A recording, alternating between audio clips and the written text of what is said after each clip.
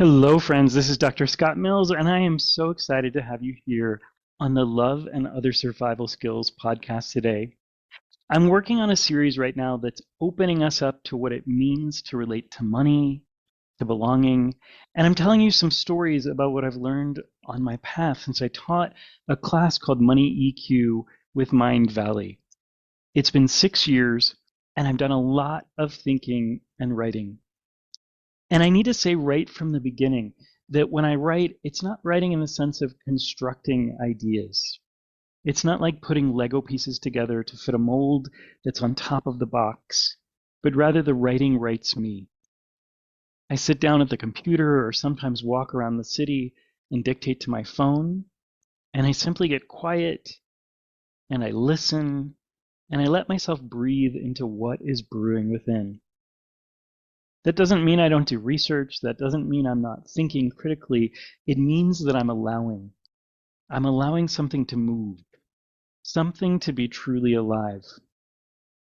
So today I'm going to do something different, and you may find over and over again that this podcast series, I'm doing something different because, like I told you yesterday, I'm bringing the poet in me, the storyteller, and the academic all to the table to share a meal and to share some thoughts with you. So today we're going to go really wide. We're going to talk about the weaving of the new story, a story that could sustain us, and we're going to talk about the story that we've been living. You know, I asked the question of why are we so tired? Why do we feel so disconnected and lonely? Why are we living in a system that uses money as a form of scorekeeping and fails to see the actual connections that we have with other people?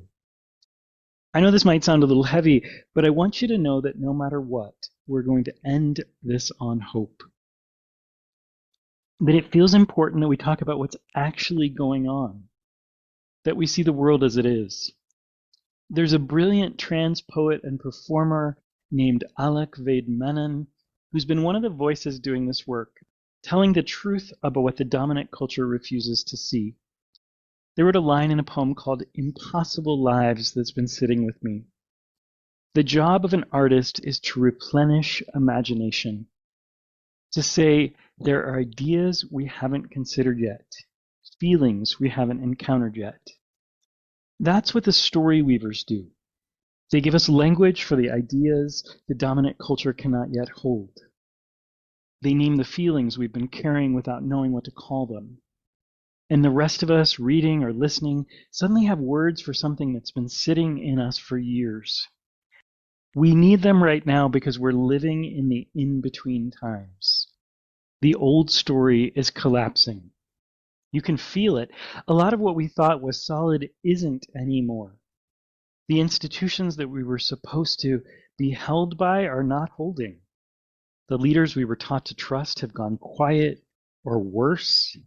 The systems that promised us safety in exchange for our compliance are not delivering on the deal. And the new story isn't fully here yet. We are in between, in the in-between time, and the in-between is weird, and it's confusing, and it doesn't feel good. There aren't many anchors. There's a lot of chaos. The maps we were given don't match the territory we're walking in. We've entered the chrysalis. Some of us kicking and screaming, wishing we were not there. But that's where we are. Inside the chrysalis, the caterpillar doesn't just grow wings. The caterpillar dissolves, becomes a kind of soup, and inside that soup, something new begins to organize itself, cell by cell, into a being the caterpillar could not have imagined. That's where we are. As a culture, as a species, the form we had is dissolving. The form we are becoming has not yet arrived. And we have a choice. We can cling to the old story while it takes us down into the depths and drowns us little by little. A lot of people are doing this. It's what the people in power are asking us to do. It's what the noise is for. Or we can choose a new story. As a culture, as a species, we can let ourselves dissolve into the soup and trust that something is organizing. This is what the story weavers are doing. They're part of how the new form is finding itself. They, and in many cases we, are imagining the being we have not yet become. Amanda Gorman, the phenomenal poet, the first National Youth Poet Laureate, shared a poem called The New Day's Lyric. Listen to what she does with this moment we're inside of. This hope is our door, our portal, even if we never get back to normal. Someday we can venture beyond it, to leave the known and take the first steps. So let us not return to what was normal, but reach towards what is next. Reach towards what is next. That is the work. We're not going back. We're going through. The people listening to this podcast are part of the tribe of the new story weavers. The global souls, the brilliant outsiders, the healers, the neurodivergents. Telling our stories is what moves the world. You don't have to wait for permission to tell your story. It doesn't have to be polished. It doesn't have to be pretty. It doesn't have to be perfect. It just has to be honest. It has to be real. That's what makes it yours. So I'm going to invite us today to go really wide and look at the systems we're living in. The systems that, as someone mentioned in our Substack comments yesterday, are possibly what's broken, not ourselves. So we're going to look at that system and see what's possible from here. To begin today, I'm going to invite yet another one of the characters that I've encountered in the cow tales I've been writing. She's an old cow named Bess. And in this particular part of the story, she is teaching children. She's gathered them around, and she's being a storyteller, as storytellers do. Bess says, "Come close, little ones. Closer. That's it. You can lean on me. I'm old, but I'm sturdy. Good. Are you warm? Good. I'm going to tell you a story. The managers won't mind. They think my stories are silly. Old cow tales, they call them. And maybe they are. But silly stories are the best kind because nobody guards against them. Ready? A long time ago, and I mean a long time ago, before the farm, before the fence, before the book of good, before any of it, the world was just the world. There was no inside and no outside. There was only the land and the sky and the water and the animals who lived among them. And the animals were not all the same. This is the part they don't want you to know, little ones. So tuck it somewhere safe. The animals were all different. Magnificently, riotously, absurdly different. There were bears, huge, rolling, mountain-hearted creatures who needed vast spaces and deep silence to become themselves. There were owls who could see what no one else could see, who sat so still that the world came and whispers its secrets to them. There were foxes, quick, bright, clever, who could find a path through anything, who could smell truth the way other animals smell rain. There were hawks who needed nothing but sky. There were herons who stood in the shallows for hours, perfectly still, and the stillness wasn't laziness. The stillness was how they saw the shape of things beneath the surface. There were elks and wolves and otters and eagles. There were creatures so small you could hold them in your hoof, if you had a hoof, which not everyone did. There were creatures so large the trees bent when they passed. Every single one was different. Every single one was needed. The bear couldn't do what the owl did. The owl couldn't do what the fox did, and none of them were cows. Now, I know what you're thinking. You're thinking, but we're cows. We've always been cows. It says so in the book. Does it?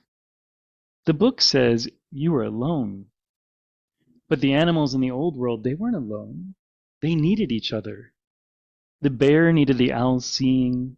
The owl needed the heron's patience. The fox needed the hawk's height. They were different and they were together, and the difference was what made the togetherness work. Not sameness, difference. The book says you are broken. But the animals in the old world, they weren't broken. They were whole. Each one was exactly, precisely, completely what it was supposed to be. A bear was not a broken cow. A bear was a bear. An owl was not a cow with ideas above her station. An owl was an owl. Nothing needed fixing because nothing was wrong. The book says you are not enough. But the animals in the old world, they were more than enough. They were abundance itself. They ran and flew and swam and climbed and burrowed and sang. They made dens and nests and hives and burrows. They raised their young in the open air, and their young grew up knowing what they were because nobody told them otherwise. The book says the farm is everything. But little ones, there was no farm. There was the world, and the world was not managed or portioned or scored. The world was wild, and wild doesn't mean dangerous, whatever they told you. Wild means alive. Wild means real. Wild means the food isn't a picture of food. Wild means the sky is right there. Look, I know you can't see it from in here, but it's there. It's always there. And it's blue, little ones. Not green like they tell you, blue. Now, here is the part of the story that's hard. Something happened. I don't know what exactly. The old stories don't agree. Some say a few of the animals got frightened, the world was big, and the weather was rough, and the not knowing was hard. Some say a sickness came that made the animals forget what they were.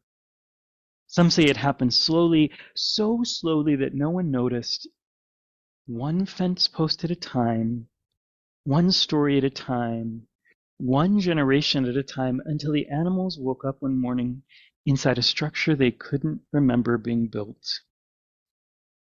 And whoever built it, or whatever built it, because maybe it built itself the way fear builds itself, one small wall at a time, whoever built it looked at all those magnificent, different animals and said, "You are cows, all of you. You have always been cows." And they said it with such certainty, and they said it with such love, and they wrote it in a book they called the Book of Good, and they fed the animals something that tasted almost like food, and they gave them spaces that felt almost like home, and they told them stories that sounded almost like truth, and the almost was close enough that after a while the animals stopped remembering what the real thing tasted like. Almost safe, almost fed, almost free, almost alive. That's where we are now, little ones, in the almost. But here's what I want you to remember, and this is the important part, more important than all the rest. Can you hear me? Are you listening? You are not cows. I know they told you that. I know the book says it. I know the prayer says it. I know the blend tastes like it, and the home zone feels like it. And every morning the managers smile at you like it's true. But it isn't true. It was never true. I don't know what you are. That's not for me to say. You might be a bear. You might be an owl. You might be something the old stories don't even have a name for yet. But you are not a cow. The very fact that you're sitting here leaning against me in the dark, listening to a story you were never supposed to hear. That tells me everything I need to know about you. The managers will come soon. They will tell you it's time for the evening blend. They'll lead you back to your zones. You'll say the prayer and close your eyes, and everything will feel the way it always feels. Almost safe, almost real, almost home. But tonight, before you sleep, I want you to do one thing for me. Look up. Just look up. That's all. You don't have to do anything about what you see. You don't have to run or fight or leave. Just look at the sky and know that it's there, and know that it's blue, and know that once, a long time ago, animals like you lived under it freely. And one more thing. If you listen very quietly, late at night, when the clusters are still, you might hear something far away. Don't be afraid of it. It isn't wind. It isn't the madness. It's singing. It's the ones who remembered what they are, and they're singing for you. They've always been singing for you. Now go on. Go to your zones. And if anyone asks what old Bess told you tonight, you tell them that it was just a story. It's always just a story. Until it isn't. So that's Bess. She's been with me for a long time. And I'll just invite you to take in whatever from her story speaks to you in this moment. For now, I want to talk not about cows, but about us. Here's what I've been sitting with. Human life right now is out of alignment with the rest of the world. Our bodies are tired. Our hearts are lonely.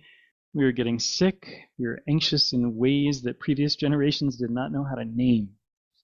And we keep getting told this is a personal problem. That if we just meditated more, exercised more, drank more water, did the inner work, set better boundaries, hustled smarter, the tiredness would lift, the loneliness would resolve, the sickness would heal. It will not, because the tiredness is not personal. The loneliness is not personal. The anxiety is not personal.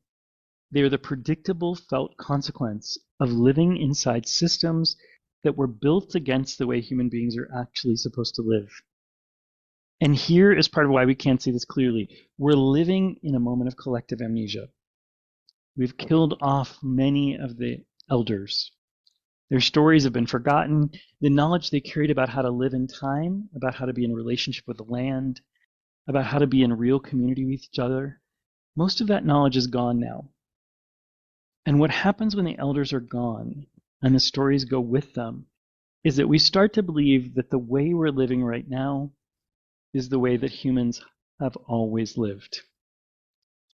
That is not true. We had different relationships with time, with each other, with the land. None of it was perfect. There was no Eden, and I'm not interested in pretending there was. But the relationships we had were closer to what humans were actually built for than what most of us are living inside right now. In this time in between, the systems beginning, scratch that, the systems built on amnesia are starting to fall apart. The chrysalis is dissolving them. And we're being asked as a culture and as a species to remember things we did not know we had forgotten. That is the work. Not going backwards, going through. Letting the old form dissolve, trusting that something is organizing inside the soup. So today I'm going to go big. I want to give you the wider frame before we get to the day-to-day. Because starting tomorrow, we're going to be in the day-to-day. We're going to talk about money, about wealth, Not the wealth we were talking about we're living in now, but honest wealth, about belonging, about the body. And I don't want you to lose sight of the fact that the day to day is held by the larger stories as well. If we do not name what is underneath, anything we do becomes just more self-help, more inner work, more things to add to your already long list. That is not what this is. So today we're going to go wide. We're going to look at the misalignment through 4 lenses: time, land, community, and money. 4 faces reflecting the same pattern. 4 places where the farm got built on top of the field. 4 places where the elders' knowledge is gone and we have been left to figure it out without them. Although maybe that's not true. Maybe that knowledge hasn't been gone, but simply buried within us. So a lot of this work is remembering what we already know. I want to talk about time first. Most of us are living in collapse time.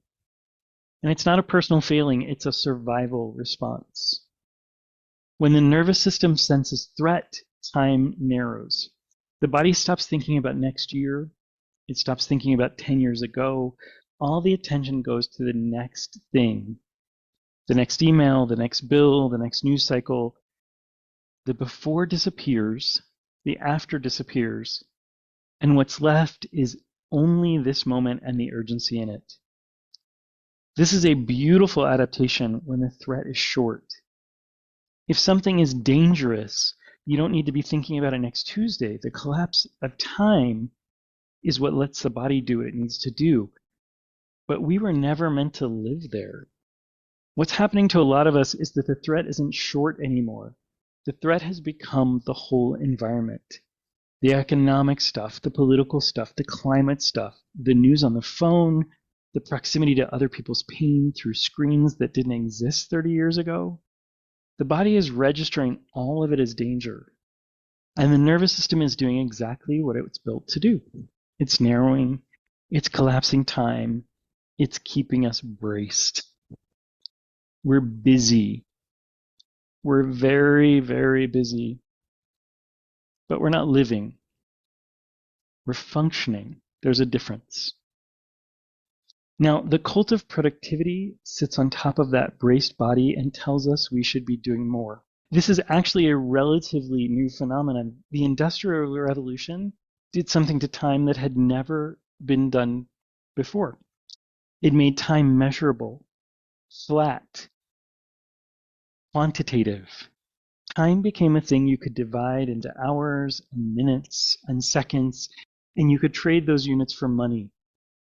Time is money. That's the phrase. We say it like it's obvious. It isn't. It's a recent invention. And before that invention, time was something else entirely. Time was communal. It belonged to the village. The harvest happened when the harvest happened. The grieving lasted as long as the grieving needed to last. The festival was when the elders said the festival was. Nobody owned time. Time held everyone.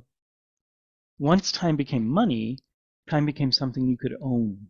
Your time was yours. My time is mine. And if your time is yours, then you better be using it well.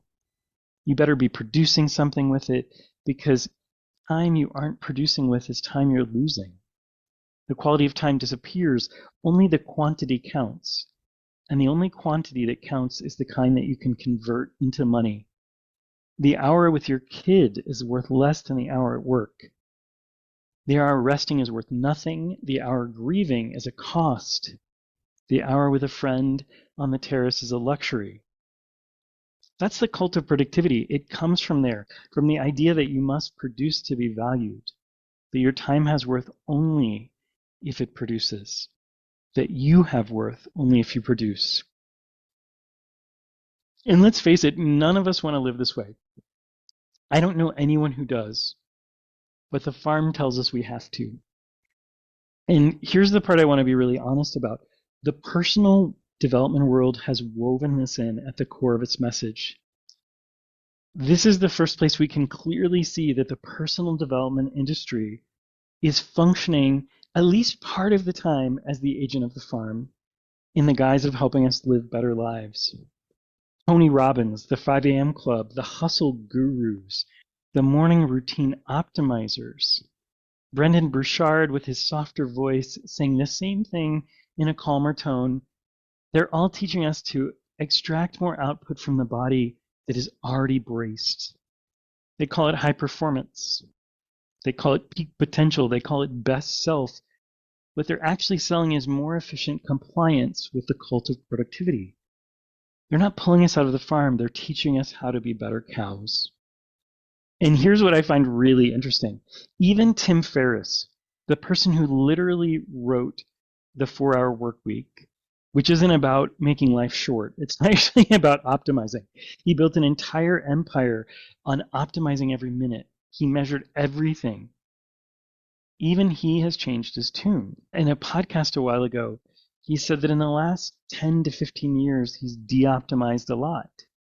He's been talking openly about how the obsession with optimization wrecked his life, wrecked his relationship, wrecked his mental health. When the man who built the optimization religion is publicly walking it back, you know something has shifted. The body is telling the truth even when the marketing isn't. He learned the hard way what most of us are also learning. No amount of productivity is going to resolve our survival response. Productivity isn't what the body needs. The body needs the threat to stop. The body needs to come down out of the brace. So remember that there was a time before and there will be a time after, and then right now, in this moment, it's safe enough to breathe. Here's what humans used to know about time that most of us have forgotten. Time isn't a line. Time is a circle.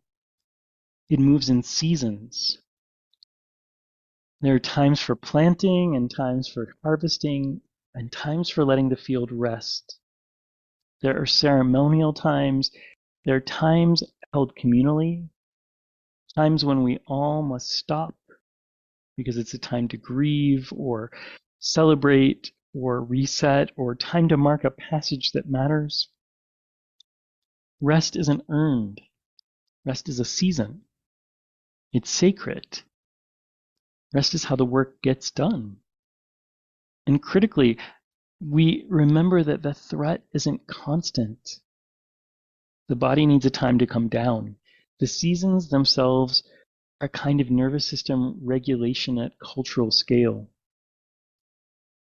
Winter is the rest the whole community gets. Harvest is the celebration the whole community gets. Grief has its seasons.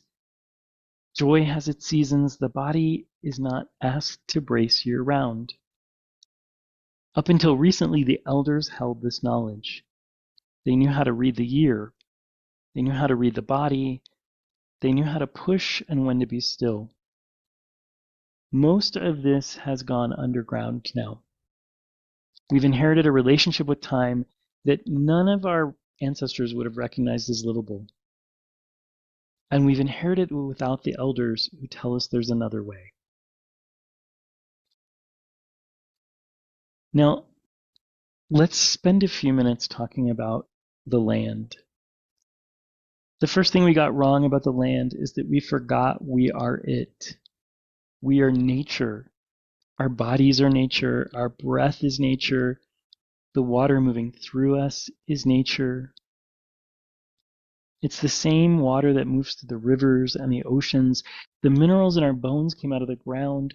We are not visitors here. We are the planet walking around in a particular shape for a little while. Most of us have forgotten this, or we never got told. Our bodies have rhythms like the oceans. They have seasons. The breath has a tide. The heart has a wave. The hormones move in cycles that match the moon more closely than any factory schedule. You already know that your body wants to slow in the winter, that it wants to rise in the spring, that it grieves in waves and joys in waves, and neither one stays. When we forget that we're nature, nature becomes other, a thing out there, a resource, an input, something to be extracted from, something to be managed, something to be improved. Whatever we do to the land, we do to ourselves because we are the land. The exploitation of the forest and the exploitation of the body are the same act performed by the same system, motivated by the same forgetting. My friend Dr. Wendy Peterman taught me that we are a forest of humans. Even writing that phrase lets something in my body relax, knowing I'm not alone.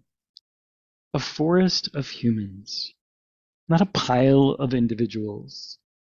A forest, something that breathes together, something whose roots, if you could see them, would be entangled with everyone else's. We are not what we have been told we are. Ironically, the personal development world doesn't know we even have bodies. A 14-hour day in a hotel room with no natural light and no green trees and no air. A weekend conference where you're told that your circumstances don't matter, only your mindset. A course that promises you create your own reality, manifest your desires, transcends your limits, without ever once asking what land you are standing on, what your body is asking for, what your nervous system can actually metabolize. You create your own reality. Your limits are your beliefs. If you're suffering, it's because your mindset is wrong. That message pulls you out of your body. It pulls you out of your environment. It tells you the only real territory is your own mind. And if you would just get that right, everything else would follow. It doesn't just abstract you, it erases you. The body the personal development world talks about, when it talks about the body at all, is one body. White, cisgender, neurotypical, able, well-housed, well-fed, endlessly optimizable. But that is not most bodies. Queer bodies are not in the room. Trans bodies are not in the room. Black bodies, Latino bodies, migrant bodies, indigenous bodies, not in the room. Disabled bodies are not in the room. Neurodivergent bodies are not in the room. And the irony, the staggering irony, that is that women, who buy most of what this industry sells, their bodies are not in the room either. The body that bleeds, the body that grows another body inside it, the body that goes through menopause, the body that has been told for its entire life that it was the wrong shape, that body is invisible in the very industry that takes most of its money. What gets called the body in the personal development world is an abstraction, an idealization, a body without history, without identity, without context, without place, a body that could be optimized into any shape if the mindset were right. But that is not how bodies work. That is not how any of this works. We had a different relationship with land too once. For most of human history, land wasn't owned. It was held by communities, by villages, by generations. Land was a commons. It fed everyone. Nobody got rich from it and nobody starved from it. It was the place under your feet, and you belonged to it more than it belonged to you. Then in England, starting about 500 years ago, the commons got taken, fenced off, turned into private property. The people who lived on that land for generations got pushed off. They had to go to the cities. They had to sell their hours in factories so they could buy back food that the land used to give them for free. This is called the enclosure. It's one of the most violent things that's ever happened to human beings. And the cutting never stopped. It just got more efficient. Indigenous people have held on to this knowledge through 500 years of being told they were wrong about it. Robin Wall Kimmerer, botanist, member of the Citizen Potawatomi Nation, has been one of the people carrying it into the languages the dominant culture can hear. The forest is kin. The plants are teachers. We are the new ones here. The elders of this place are not human. Most of this knowledge has gone underground. Held by communities the dominant culture has spent 500 years trying to erase. What survives, survives. The rest is buried under the lie of separation, waiting to be remembered.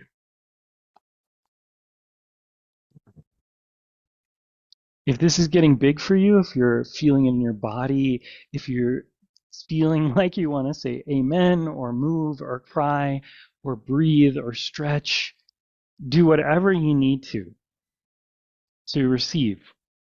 This is a lot.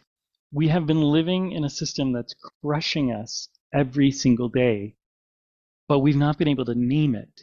So there's something incredibly liberating about the naming of these systems, about the naming of the ways that we have been exhausted by a system not built for us, that we've been made isolated and alone by a system that's not made for us.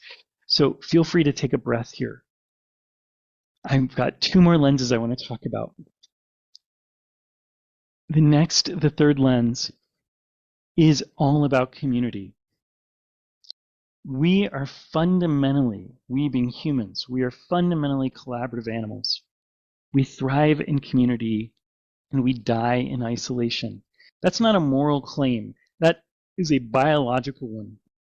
You can put a human being in a beautiful room with all the food and shelter they need and no other human beings, and that human will start to fall apart within weeks. The body knows what it needs, and what it needs most is each other. But we've been told a different story. The story we've been told is that we're individuals, that we make our own way, that the strong ones don't need anybody, that asking for help is weakness, that the goal is independence and the higher goal is being the kind of person other people depend on, but who does not depend on anyone. That story is killing us. In February of this year, federal agents went into Minneapolis. They raided homes, they put entire communities under siege. People were terrified. Families were being torn apart. The kind of thing that 20 years ago most Americans would have said could not happen here. And you know what happened? People showed up. Neighbors brought food to families who couldn't leave their houses. Lawyers volunteered their time. Churches opened their doors. Restaurants turned into soup kitchens. Whole networks of strangers organized themselves overnight to protect the people they never met. Teenagers walked out of schools to stand in front of houses where ICE was at the door.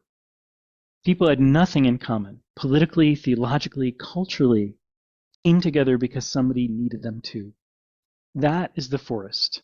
That is the forest. That is what we actually are when the lie of separation gets stripped away. A forest of humans, roots entangled, holding each other up, the thing we are told we are not, but the thing we've always been underneath. And here's what struck me about Minneapolis. Through all of it, through the raids, through the families being torn apart, through ordinary people putting their bodies between federal agents and their neighbors, almost none of the major voices in the personal development world said anything. The industry that sells us love, belonging, courage, integrity, your highest self, stayed silent. The leaders who have spent decades telling us how to live with purpose, how to find our truth, how to be brave, how to show up fully, stayed silent. The accounts that post a quote graphic every morning about boundaries and self-worth, silent. A lot of ordinary people with no platform, no brand, no monetized course on courage did the actual thing. The leaders did not. That tells you something about what the industry actually is. And it's not community. The personal development world is built on gurus, not gardeners. There's a person at the front of the room, and there are people in the audience, and the people in the audience are there to be more like the person at the front of the room. That is the structure. That is what's being sold. And every relationship inside that structure is transactional. You can be my friend, but only if you convert. You can be in my circle, but only if you buy the package. You can have access to me, but only at the tier you paid for. That is not community. That's a cult with a payment plan.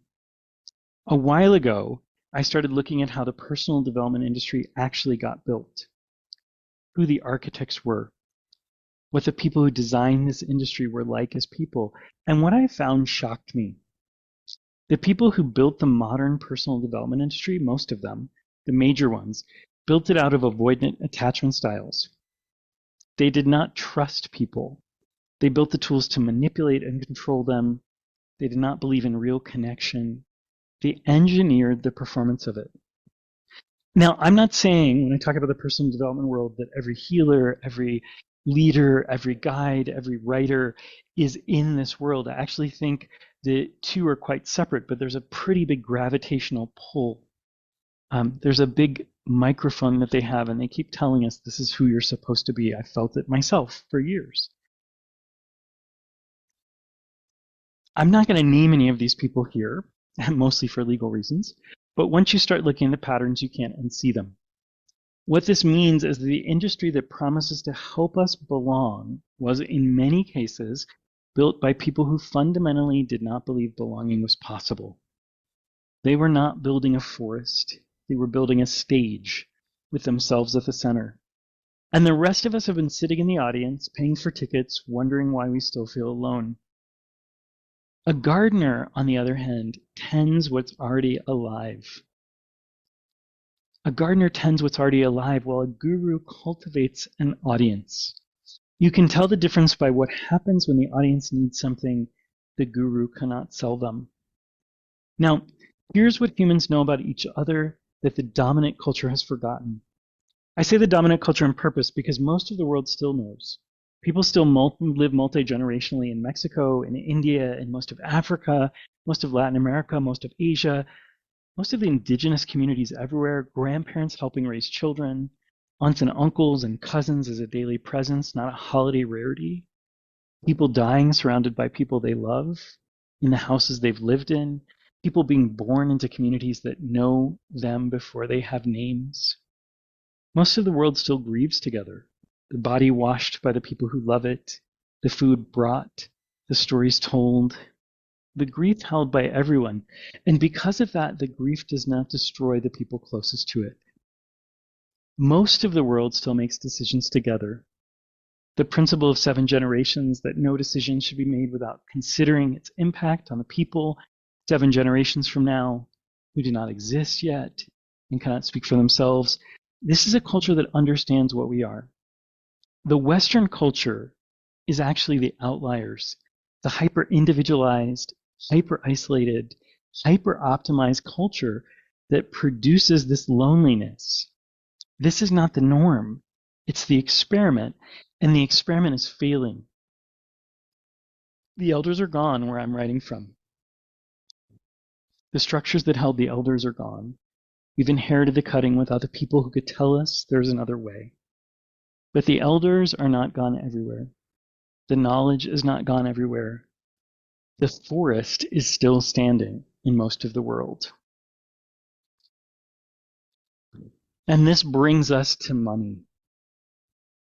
I left it for last on purpose because in the Western world, we're measured by our bank accounts. This is where most of us feel all the rest of it, the collapsed time, the disconnection from the land, the loneliness. They all show up here in the place where the rent is due. We have to make choices about health insurance or feeding the kids. We take on student loans to get jobs that will let us pay the student loans back. We work jobs we don't want to so we can afford houses. We are barely in because we're always at those jobs. If it feels like a trap, it's because it is. For most of human history, the question of how much money do you have would have made no sense. Resources were held in common. The harvest fed the village. The hunt fed the village. The young were raised by the village. The old were cared for by the village. The unwell were tended by the village. Wealth was not a number you accumulated. Wealth was the health of the system you were part of. Then the commons got taken. Land that had fed everyone got fenced off and turned into private property. And once the land was private, money became the thing standing between you and food, between you and shelter, between you and care. That is recent, not ancient, recent. And we have been handed a story to explain it. The story is, you came into this world alone. You earn what you earn. What you accumulate is yours. If you do it well, you win.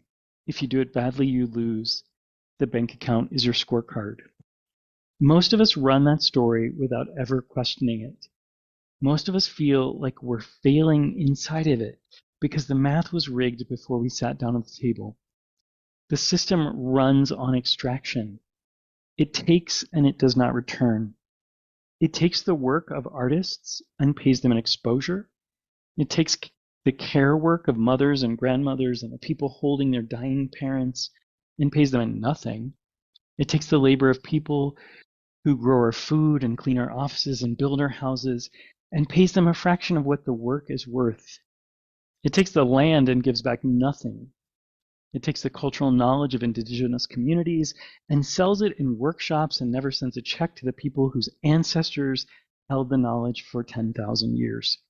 This is not a glitch. This is the design. And the part that breaks my heart is that the personal development world, the industry that promises liberation, healing, freedom, is built on the same extraction. The work made into a course that has reached over 100,000 people. The work still selling. The creator of the practice is not paid. The creator not named on a sales page, not acknowledged, made invisible. This is what the extractive system does. It takes the work and does not return. It does this to artists, to indigenous teachers, to caregivers, to almost everyone who builds something the system can sell. What happened to me is one small example. It's everywhere. A system designed to liberate would acknowledge its sources. A system designed to liberate would pay the people whose work it's built on. A system designed to liberate would not need to extract because it would be running on reciprocity. The personal development industry runs the way the banks run, just with better lighting. And while it's taking your money and your work and your trust, it tells you that the answer to your suffering is to fix your mindset. That if you just align with abundance, the money will flow, that your wealth is a reflection of your worthiness, and if you're struggling, it's because you're not yet vibrating high enough. That is the cruelest version of the lie. Because if money is a mindset, then the bowl you were swimming in is your responsibility to fix. And the people who designed the bowl get to keep designing the bowl, and you get to spend the rest of your life working on the relationship with the water. This knowledge that we were never meant to do money alone is still alive in most of the world. The economies of mutual aid, of communal resource, of I help you now, you help me later, neither of us keeping score, they're still running in small towns in Mexico, in villages in India, in black neighborhoods in American cities where the formal economy gave up on people generations ago. People built their own in migrant communities, in queer chosen families, in disability communities, where interdependence has never been a choice. The elders of this knowledge are still here. Most of them are not in the rooms where the economic decisions get made, but they're still here. What they know is what we're going to spend the rest of this series remembering together. So that's the wider frame. Time, land, community, money. 4 lenses, all of the same contraction. 4 places where the farm got built on top of what was actually there. I know that's a lot to carry. I know it can land heavy. So before I close, I want to tell you the one thing that's been holding me through all of this. The farm is not the field. The farm is what got built on top of the truth. The field is the truth. The farm is the construction. The field is what was always there. The farm may tell us we are alone. The field has never once been alone. The forest has never been alone. The mycelium under our feet has never been alone. Your body, made of the same minerals as the ground and the same water as the rivers, has never been alone. The story of separation is the story the farm sells. It's not the truth about what you are. The farm tells us we're broken. The field knows we're exactly what we're supposed to be. Bears, owls, foxes, things the old stories don't have names for yet. Whole. Each one needed. Each one part of the larger thing. The farm tells us we're not enough. The field has been more than enough for 4.5 billion years. The farm tells us this is just how it is.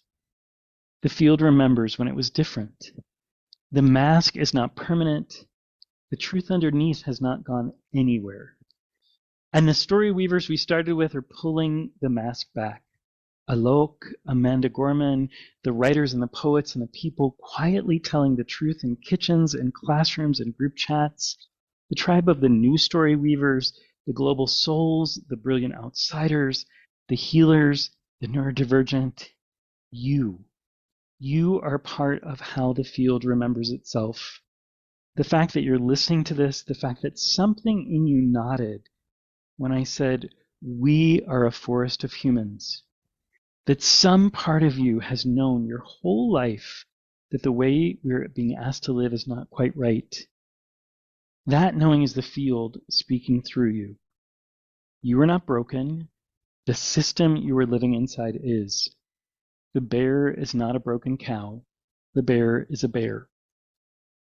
And the farm cannot survive forever. No farm built on top of a living field can. The field always comes back. Sometimes it takes a long time. Sometimes it takes a generation.